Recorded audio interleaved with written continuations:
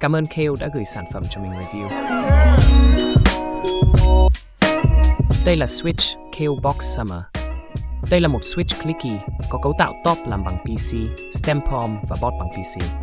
Lò xo với lực nhấn bottom out 55g, tổng hành trình 3,6mm.